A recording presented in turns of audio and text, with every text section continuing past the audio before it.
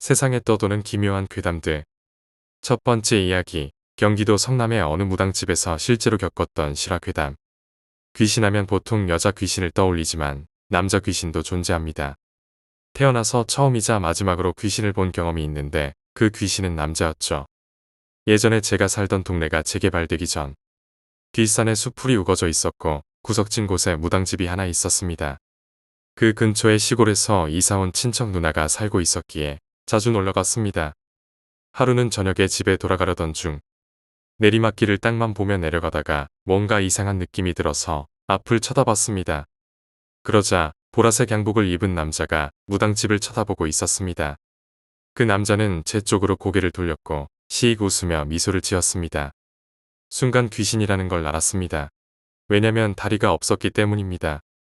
보라색 양복이 자연스럽게 그라데이션 되며 다리 부분이 사라져 있었죠.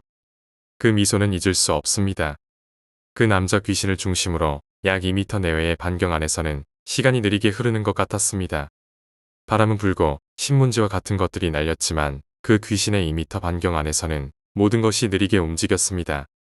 보통 영화에서는 귀신을 보면 비명을 지르거나 하던데 그건 거짓말입니다. 목소리가 나오지 않고 숨쉬기 어려워서 그냥 컥컥거리기만 했습니다. 어떻게 도망쳤는지 기억은 잘 나지 않지만 뒤돌아 누나네 집으로 들어갔습니다. 다음날 아침 무당집 앞을 지나가기가 무섭고 꺼려졌습니다. 두 번째 이야기. 귀신 보는 하얀 강아지. 저희 외할머니께서는 무속인이셨습니다. 그 덕분에 저와 제 딸, 아들은 귀신을 잘 봅니다. 그런 경험이 많습니다. 이번에는 집 뒤에 관한 이야기입니다. 1년 후 소방도로가 나면 보상금을 받는다는 말에 원래 살던 집을 처분하고 새 집으로 이사했습니다. 그 집은 너무 허름하고 낡았으며 음침한 곳이었습니다. 1년만 살면 된다고 생각하고 이사를 했는데 얼마 지나지 않아 집 전체에 곰팡이가 생기기 시작했습니다. 특히 안방 모서리에 곰팡이가 심해졌습니다. 저는 그 집에 뭔가 있을 거라는 집념을 떨칠 수 없었습니다. 그 집에 이사한 후 사업도 잘 안 됐고 잦은 부부싸움도 있었습니다. 애들은 매일 밤마다 가위에 눌리고 편히 잠을 자지 못했다고 합니다. 어느 날 남편이 까만 강아지를 데려왔습니다. 그런데 그 강아지가 안방에 들어오지 않더군요. 강제로 데려왔더니 강아지는 오줌을 싸며 떨었습니다. 뭔가 있다는 느낌이 들었습니다. 얼마 후 딸이 길 잃은 하얀 강아지를 데리고 왔습니다. 이 강아지도 처음엔 안방에 들어오지 않으려 했습니다. 그러나 이 강아지는 사람에게 잘 앵기고 애교를 부리며 결국 안방에 들어가 꼬리를 흔들며 움직였습니다. 강아지가 두 발로 벽을 짚고 고개를 쳐들며 꼬리를 흔들었습니다. 그 뒤로는 안방을 쳐다만 보고 들어오지는 않았습니다. 강아지가 있던 동안 애들은 편하게 잘 수 있었습니다. 그러나 자정이 지나면 강아지가 으르렁대며 짖었습니다. 이 집을 떠난 후에야 알게 되었는데 그 집에서 연탄가스로 한 아가씨가 죽었다고 하더군요. 그 영혼 때문에 남편은 폭주하며 혼자 중얼거리고 다녔습니다. 그 후로 가끔 영혼이 보이기 시작했습니다. 하얀 강아지가 수호 역할을 했던 걸까요? 그 강아지가 애들을 지켜준 것 같습니다. 세 번째 이야기. 기묘한 여인숙. 군인 시절 한적한 시골 여인숙에서 하루 묵었던 기억이 있습니다. 혼자 자려고 했고 모텔은 비싸서 가장 싼 여인숙을 찾았습니다. 그곳의 카운터 아주머니는 머리가 산발이고 아파 보이는 30대 후반의 사람으로 느낌이 좋지 않았습니다. 침대에서 맥주와 과자를 먹으며 지지직거리는 TV를 보고 있었습니다. 갑자기 흐느끼는 소리가 들렸지만 신경 쓰지 않고 맥주를 3캔 마셨습니다. 그리고 TV를 보다가 옆방에서 쿵 하는 소리가 들렸습니다. 놀라서 TV 소리를 줄이고 다시 누웠지만 희미하게 쿵쿵 소리가 들렸습니다. 기분이 찝찝하고 소름이 돋았습니다. 맥주를 더 사러 나가려던 찰나 무심코 창문을 봤더니 누군가 밖에서 저를 쳐다보고 있었습니다. 놀라서 뒤로 넘어지며 기겁을 했고 그 시선은 사라졌습니다. 잠시 멍하게 있다가 문이 벌컥 열리며 카운터 아주머니가 들어왔습니다. 미안해, 놀래서 뒤뜰에 뭐 좀 가지러 가다가 우연히 본 것 같아. 라며 자신만의 이야기를 하고는 문을 닫고 나갔습니다. 저는 안심하며 심장을 진정시키고 다시 밖으로 나갔습니다. 그리고 편의점에서 맥주를 사고 돌아가려 했습니다. 그러나 다시 그곳에 돌아오자 불안한 기분에 소름이 돋았습니다. 택시를 타고 찜질방으로 갔습니다. 그 후 찜질방에서 생각해보니 창문 너머에서 움직이지 않고 저를 지켜보고 있었다는 사실이 떠올랐습니다. 그 밤은 오싹한 기분을 떨칠 수 없었습니다. 네 번째 이야기, 고기팩 속의 결혼 반지. 슈퍼에서 일하던 T씨는 매일 늦게까지 남아 잔업을 하곤 했습니다. 딱히 돈이 모자라서 그런 것은 아니었습니다. 그것보다 더욱 중요한 이유가 있었던 것입니다. T씨는 5시부터 같이 아르바이트를 하는 Y씨를 좋아했습니다. 그녀는 어째서 이런 싼 시급의 아르바이트를 하고 있는지 의아할 정도의 미인이었습니다. 딱 보았을 때 아름답다고 느낄 정도는 아니었지만 무척이나 귀여운 얼굴이었습니다. 거기다가 한 번 결혼을 했다 이혼한 돌아온 싱글이었습니다. T씨는 매일 아르바이트가 끝나면 잔뜩 쇼핑을 했습니다. 그리고 Y씨가 있는 계산대에 서서 이런저런 이야기를 나누었습니다. 그러다 보니 어느새 두 사람의 사이는 꽤 좋아져 있었습니다. 그러던 어느 날 Y씨는 누군가와 결혼을 해서 일을 그만두어 버렸습니다. T씨는 대단히 우울한 모습이었습니다. 더 이상 늦게까지 일을 할 이유가 없어져서 의욕도 없었습니다.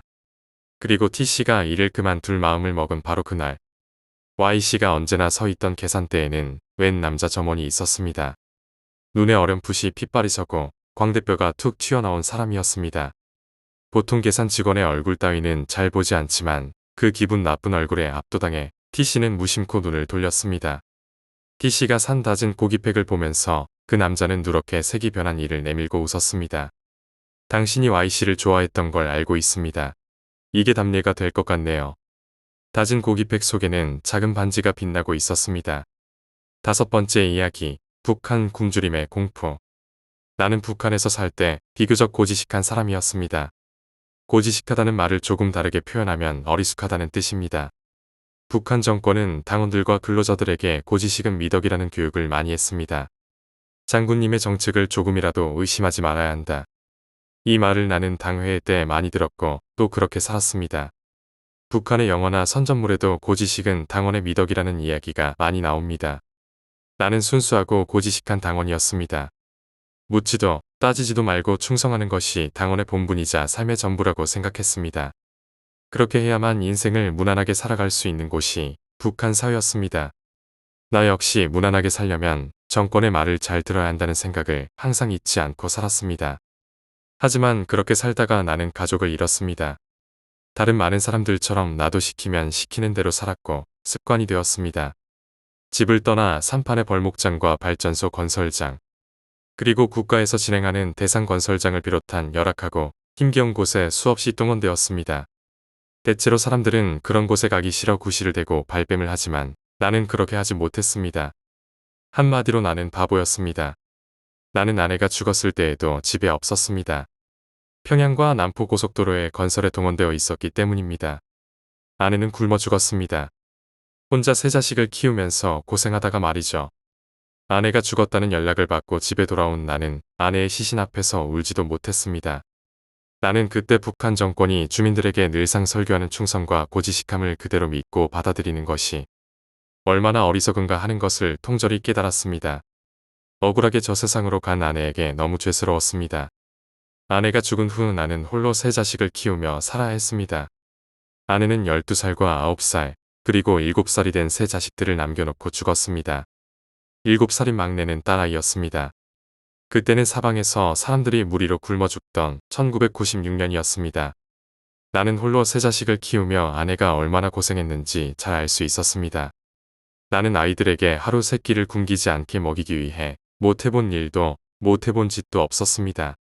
봄에는 산골짜기에 부대기 농사를 했고 여름에는 강가에서 사금 채취를 했습니다. 겨울에는 장사를 다녔습니다. 가을에는 농장밭에 들어가 도적질도 했습니다. 그렇게 하루도 쉬지 않고 일했지만 나는 자식들에게 한 번도 배불리 밥을 먹이지 못했습니다. 나는 그때 최악의 굶주림을 견디며 산다는 것이 얼마나 비참한 것인지 깨달았습니다. 굶어 죽기가 정승을 하기보다 힘들다는 속담의 뜻을 알았습니다. 아이들에게 굶주림을 참고 견디라는 말이 야만적이라는 사실도 깨달았습니다. 굶주림에 허덕이는 것이 어떤 고통인지 겪어보지 않은 사람은 모릅니다. 오랫동안 제대로 먹지 못해 날이 갈수록 허약해질 때면 식욕은 참기 어렵게 왕성해집니다.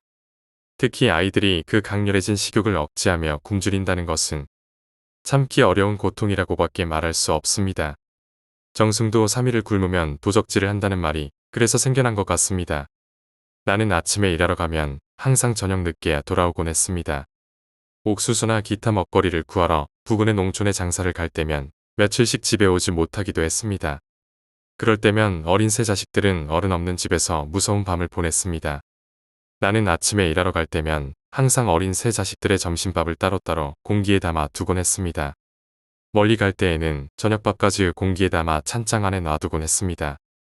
아이들은 처음에는 아버지가 시키는 대로 점심이나 저녁 때를 기다려 자기 밥그릇을 꺼내 먹곤 했습니다. 그러나 오랫동안 굶주림에 시달리면서 아이들은 나중에 밥 시간을 맞춰서 먹는 것이 아니라 음식물이 있으면 보는 족족 먹어치우곤 했습니다. 점심밥을 그릇에 담아 찬장 안에 넣어두면 아버지가 일하러 가기 바쁘게 모두 꺼내 먹어치웠습니다. 그리고는 점심을 굶었습니다. 먹을 것을 보면 참지 못하는 것이었습니다. 어떤 때는 형이 동생 밥을 훔쳐 먹기도 하고 동생이 형의 밥을 훔쳐 먹기도 했습니다. 나는 처음에는 타일에다가 나중에는 속이 타서 화를 내고 심지어 어린 자식들을 두들겨 패기도 했습니다. 당시 나에게 절박한 것은 자식들을 배불리 먹이는 것이 아니라 자식들을 굶겨 죽이지 않는 것이었습니다. 나는 주변에서 애들이 하루 한 끼만 배불리 먹고 다음 두 끼는 굶는 비정상적인 식습관을 지속하다가 나중에는 허약해지고 또 그 허약을 회복하지 못하고 죽어간 경우를 많이 보았습니다. 그래서 비록 풀에다가 옥수수 가루를 조금 넣고 끓인 영양가라고는 없는 음식이지만 그것이라도 자식들에게 정상적으로 먹이려고 애썼습니다. 나는 어린 자식들이 아침에 점심 저녁밥까지 먹어치우는 비정상적인 음식 섭취와 굶주림으로 왕성해진 애들의 식욕을 절제시키는 싸움의 매까지 들어야 하는 자신이 너무 비참해 자살해 죽을 생각도 몇 번씩이나 했습니다. 사는 것이 너무 고달팠습니다. 하지만 죽고 싶어도 어린 자식들 때문에 죽을 수 없었습니다. 그날 나는 이웃 농촌 부락으로 장사를 떠났습니다. 죽은 아내가 평소에 입던 옷가지들과 나의 손목시계를 가지고 농촌에 가서 옥수수 몇 킬로를 바꾸어 오려고 아침 일찍 집을 나섰습니다. 아침에 집을 나설 때 저녁에 늦게 돌아올 것을 예견하며 어린 새 자식들의 저녁밥까지 지어 담아놓고 떠났습니다. 그날 나는 몇십 리를 걸었습니다. 농촌 부락의 집집마다 돌아다니며 입던 옷가지들과 손목시계를 사달라고 구걸했습니다. 장사가 아니라 구걸이었습니다. 누구나 할 것 없이 어렵게 사는 세월이어서 사람들은 선뜻 내가 들고 다니는 물건을 사려고 하지 않았습니다. 나중에 작은 농촌 부락의 한 노인이 초췌한 나의 물꼬를 측은히 보더니 자네도 몹시 급한 모양이군 이라고 중얼거리며 강냉이 3kg을 내다주고 손목시계와 입던 옷가지들을 받아주었습니다. 나는 강냉이 3kg을 들고 밤늦게 집으로 돌아왔습니다. 그런데 집에 돌아오니 9살짜리 둘째가 보이지 않았습니다.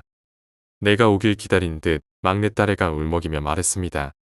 작은 오빠는 아버지가 나간 다음에 내 밥과 큰 오빠 밥을 몽땅 훔쳐먹고 도망쳤어요. 나는 어렵지 않게 내가 없는 사이 집에서 있었던 일을 짐작했습니다. 오랫동안 제대로 먹지 못해 허약해진 둘째가 참지 못하고 형과 동생의 밥까지 훔쳐 먹은 것이었습니다. 그리고는 아버지의 욕설이 무서워 집에서 도망친 것이었습니다. 나는 서둘러 아이들에게 음식을 대충 해먹이고 집을 나섰습니다. 둘째가 갔을 만한 곳을 모조리 찾아 헤맸습니다. 평소에 밥 한 그릇 때문에 아들에게 욕을 하고 매질까지 했던 자신을 가슴 아프게 돌이켜보며 역전대합실과 집 근처의 다리 아래 장마당의 구석구석을 찾아보아도 둘째는 없었습니다. 다음 날도 나는 종일 둘째를 찾아 헤맸지만 그 애는 나타나지 않았습니다. 둘째는 2달 후 시체가 되어 나의 앞에 나타났습니다. 2달이 지난 어느 날 매일같이 둘째를 찾아 헤매던 나에게 안전부에서 연락이 왔습니다. 두만강에 빠져 죽은 아이 시체를 하나 발견했는데 혹시 잃어버린 둘째가 아닌지 확인하라는 것이었습니다. 나는 서둘러 두만강으로 달려갔습니다. 두만강으로 달려간 나는 가슴이 멎는 것 같은 충격을 느꼈습니다. 두만강에 빠져 죽은 아이는 둘째였습니다. 둘째는 몰래 중국에 건너가서 강냉이 몇 킬로를 얻어가고 집에 오려고 두만강을 건너다가 죽었습니다. 둘째가 건너오다가 죽은 두만강에 멀지 않은 곳의 우울가에는 작은 강냉이 자루가 하나 걸려 있었습니다. 둘째의 시체를 부둥켜 안고 아무 말도 못하는 나에게 둘째의 시체를 처음 발견했다는 국경경비대 군인이 이런 말을 해주었습니다. 강냉이 자루를 등에 지지 않고 강을 건넜으면 죽지는 않았을 텐데 결국 9살밖에 안 된 어린애가 강냉이 자루를 얻고 강을 건너다가 죽었다는 얘기였습니다. 나는 그날 둘째를 두만강가에 산기슭에 묻고 오랫동안 울었습니다. 가슴이 터지는 것 같았습니다. 사람으로 태어났지만 사람처럼 살아보지 못하고 굶주림에 시달리다가 어린 나이에 억울하게 죽은 둘째의 무덤 앞에서 가슴을 칼로 에이는 듯한 아픔을 느끼며 소리내어 울었습니다. 그날 나는 처음으로 국가에 대한 반감을 가져보았습니다. 나라가 이 지경이 되고 수많은 사람들과 어린 아이들이 불쌍하게 숨져가는데 국가는 도대체 무엇을 하고 또 무엇을 위해 존재하는지. 9살인 둘째 아들을 억울하게 저 세상으로 보낸 뒤 주변 사람들은 나를 보고 멍청해졌다고 자주 말했습니다. 나도 자신이 전과 달리 삶에 대한 욕망이 깡그리 없어지는 것을 종종 느꼈습니다. 9살의 어린 나이에 억울하게 죽은 둘째 아들을 때없이 생각하며 슬픔과 함께 비관에 젖어 자살이라도 하고 싶을 만큼 의욕을 잃곤 했습니다. 그러나 나는 무맥하게 손맥을 풀고 있을 수 없는 처지였습니다. 나에게는 12살인 큰 아들과 7살인 막내딸이 달려 있었기 때문에 억지로라도 살아야 했습니다. 수백만 명이 굶어 죽은 고난의 행군 시절, 다른 사람들도 그랬겠지만 나의 어린 자식들은 못 먹어본 것이 없었습니다. 목숨을 부지하기 위해 풀과 풀뿌리, 술찌꺼기와 된장찌꺼기, 나무 껍질과 두부찌꺼기를 비롯해서 먹을 수 있는 것이라면 모두 먹었습니다. 짐승도 안 먹는 것을 먹고 살았습니다.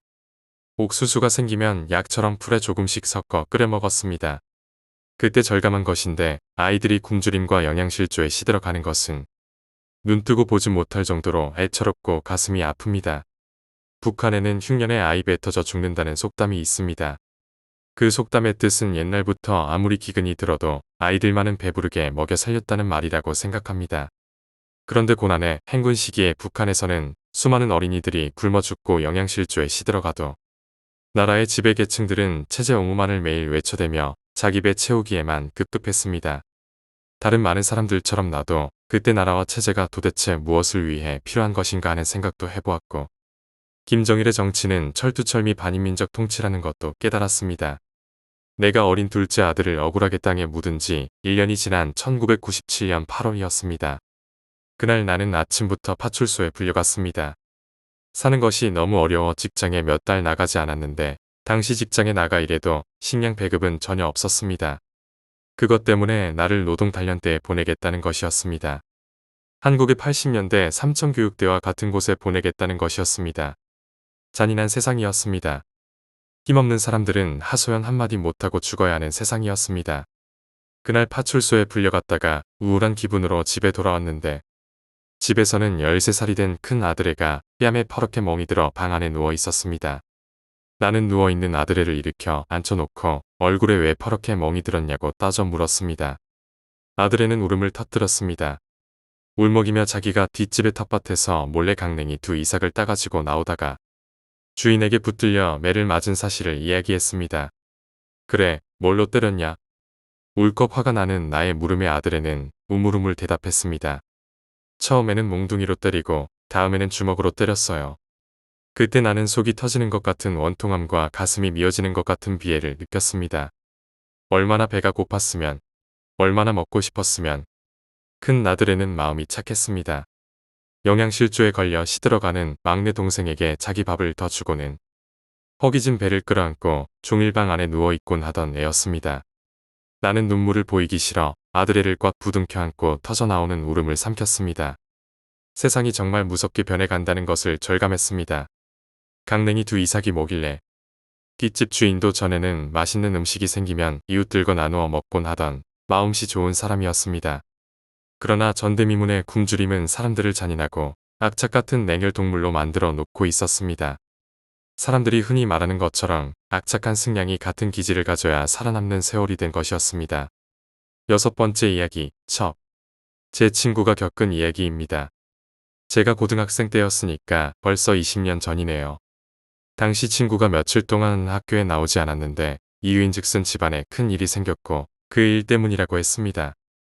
친구의 말을 인용해서 말해보자면 당시에 친구 아버지께서 맞으셨기 때문에 할머니를 직접 모시고 사셨는데 할머니께서 평소 당뇨 합병증으로 지병이 있으셨고 한밤중에 순간적으로 의식을 잃고 쓰러지셨다고 합니다.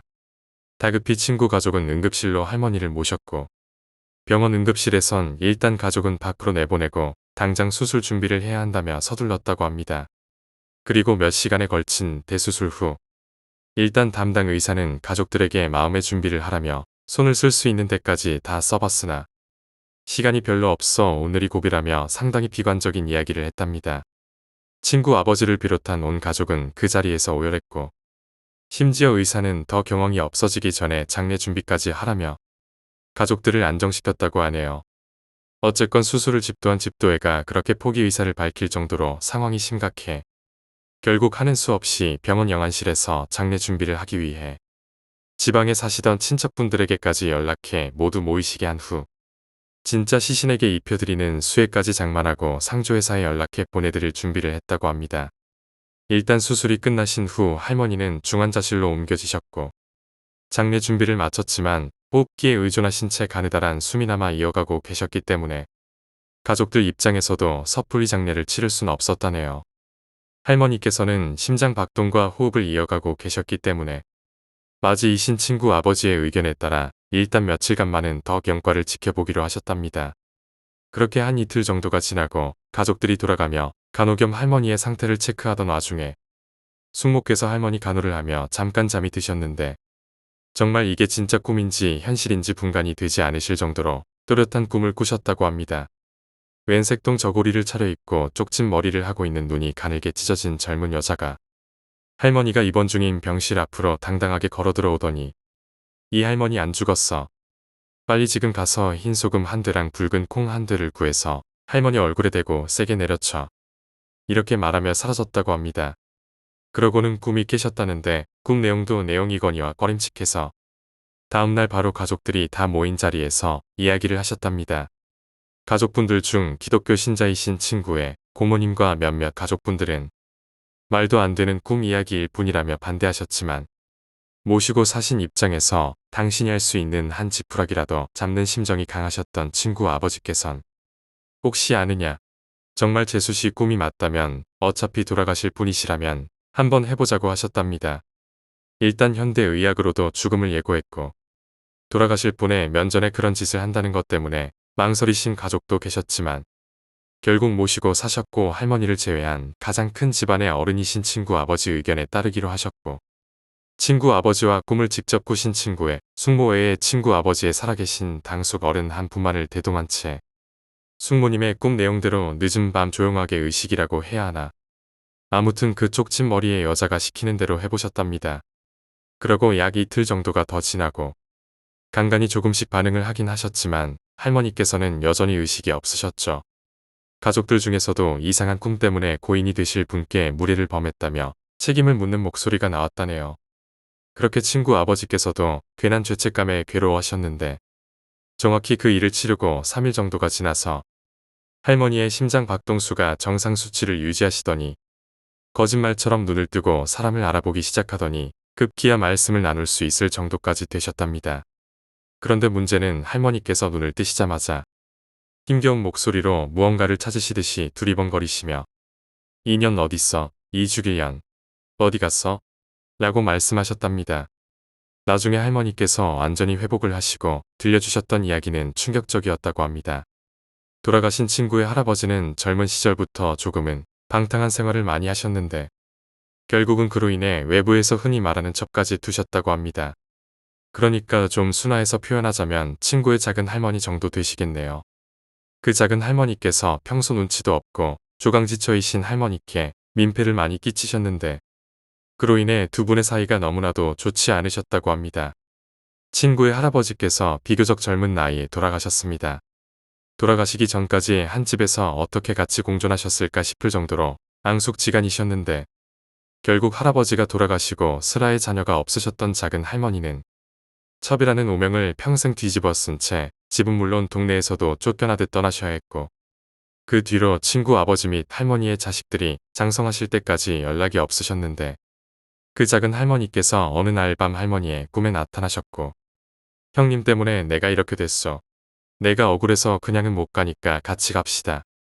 젊은 시절 그 모습 그대로였지만 얼굴이 창백하고 머리가 산발한 채 나타나 할머니의 목을 조르시고 넘어지신 할머니의 배 위에 올라타셔서도 계속해서 목을 조르고 계셨다고 합니다. 친구 할머니께서는 어떻게 해서든 벗어나려고 노력하셨지만 그 힘을 당해내실 수 없으셨다고 하셨고 그 기간이 할머니께서 의식을 잃고 쓰러지신 기간과 동일했다고 하네요. 이후 친구 할머니께서는 회복하시고 금방 돌아가실지도 모를 거라는 수술 집도의와 담당 의사의 말과는 달리 4년을 더 사시다가 돌아가셨습니다. 요즘도 가끔 그 친구를 만나면 정말 시간이 꽤 지났지만 아직까지도 잊혀지지가 않고 할머니와 가족들 그리고 자신이 겪은 일이 너무나 무섭기도 하면서 신기하기도 하다고 합니다. 이후 친구 아버지께서 할머니가 말씀하신 그 작은 할머니에 관한 행적을 백방으로 수소문하고 알아보셨지만 살아계신지 돌아가셨는지 여전히 알아내지 못하셨고 그때 당시 비법을 알려준 친구 숙모 꿈속에 그 색동 저고리 옷의 여자는 누구였으며 진짜 할머니께서 의식을 잃고 돌아가실 뻔한 일이 첩으로 들어오신 그 작은 할머니 때문에 벌어진 일인지는 알 수 없지만 저도 굉장히 무섭고 신기하게 들었던 이야기였습니다. 7번째 이야기, 빙의. 전 빙의를 정신병의 하나로 봤습니다. 귀신이 들린다던가 다른 영혼이 몸속으로 들어온다라는 게 솔직히 말도 안 된다고 생각했으니까요. 근데 정확히 제가 중3 때 2002년 때였습니다. 월드컵 개막 한 달 전쯤이었던 걸로 기억하는데 당시 우리 반 반장의 아버지가 돌아가셔서 그때 우리 반 전체가 다 장례식장으로 조문을 갔습니다. 그리고 몇 시간 있다가 장례식장 안에서 비명소리가 들리더군요. 그때 저와 제 친구 몇몇은 밖에서 몰래 숨어서 담배 피고 있었나 그랬을 겁니다. 너무 놀라서 담배를 후다닥 끄고 안에 들어갔더니 그 조용하고 순에 빠진 반장이 가위로 자기가 입고 있던 옷을 자르더군요. 그리고 그 가위를 들고 주위 사람들을 찌르려고 했었습니다. 그때 저희들끼리 반장이 충격이 심해서 이상해진 것 같다고 생각을 했었는데 목소리가 반장 목소리가 아니었습니다. 그 당시 반장의 목소리는 20대 후반 정도의 걸쭉한 아가씨의 목소리로 기억합니다. 아무튼 아직도 헷갈립니다. 개인적으로 과학으로 증명되지 않은 건 절대 안 믿는 편이라 그런지 그런 광경을 직접 목격하고도 못 믿겠더군요. 8번째 이야기, 20년 전의 미스터리한 전화. 이 이야기는 제 친구가 겪은 사건입니다. 그 친구는 어린 시절부터 이상한 일이 자주 일어나는 집에서 자랐습니다. 그 집은 오래된 건물로 그곳에서 자주 이상한 소리들이 들렸습니다. 친구는 그런 일들이 너무 익숙해져서 신경을 쓰지 않았고 오히려 다른 사람들에게 그런 일을 말하면 웃음거리로 여겼습니다.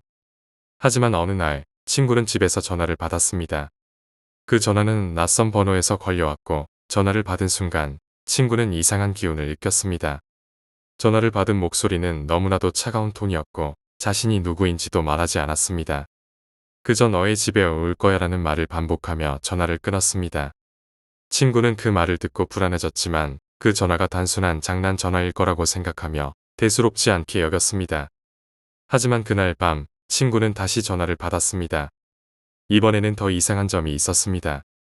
전화기 너머로 들려오는 소리는 마치 그 집안에서 누군가 걸어다니는 소리 같았고 친구는 그 순간 문득 그 전화가 장난 전화가 아니라는 것을 알았습니다. 전화를 끊고 친구는 불안한 마음을 안고 집안을 살펴보았습니다. 하지만 아무도 없었습니다. 그리고 그날 밤 친구는 자다 깨어나 보니 집안의 모든 문이 열려 있었습니다. 친구는 그 이후로 그 전화를 한 번도 받지 않았고 그 전화가 누구였는지 어떤 의미였는지 지금까지도 알지 못했습니다. 그날 이후 그 집에서 이상한 일들은 점점 더 잦아졌고 친구는 결국 집을 떠나게 되었습니다.